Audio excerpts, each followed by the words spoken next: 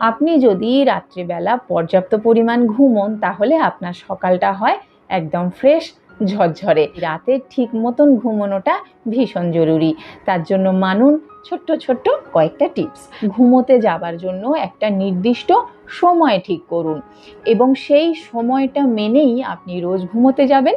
তেমনি ঘুম থেকে ওঠার জন্যও একটা নির্দিষ্ট সময় সেট করুন। এর ফলে আপনার শরীর একটা নির্দিষ্ট ছন্দে চলতে শুরু করবে।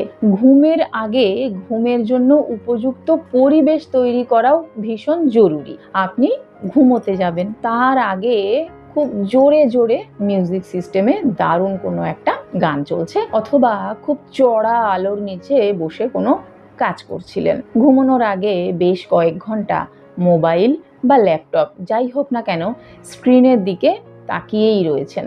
এই রকম যদি করেন তাহলে কিন্তু আপনার ঘুম আসবে না বা ঘুম আসতে দেরি হবে। ঘুমোতে যাওয়ার 1 ঘন্টা আগে থেকেই মোবাইল বা ল্যাপটপ অফ করে দিন। চড়া আলোর নিচে বসে কোনো কাজ করবেন না। শান্ত পরিবেশ বজায় থাকা ভীষণ জরুরি।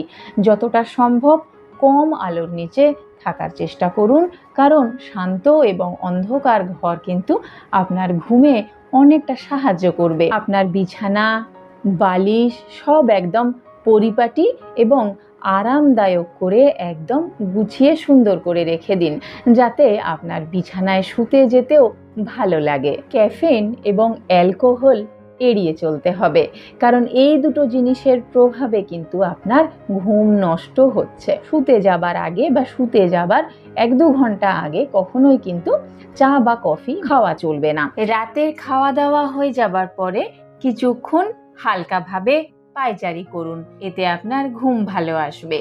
আর ঘুমোতে যাবার আগে বিছানায় বসে মেডিটেশন তো অবশ্যই করবেন।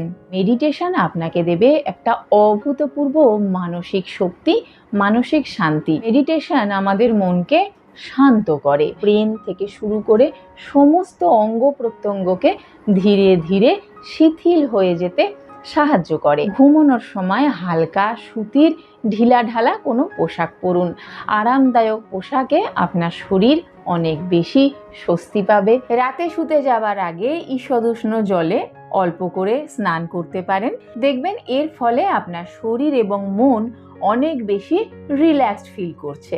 রাতে যদি শাওয়ার নেওয়া সম্ভব না হয়, ঈষদুষ্ণ গরম জলে আপনার পা দুটোকেও কিছুক্ষণের জন্য ডুবিয়ে রাখতে পারেন, উপকার পাবেন।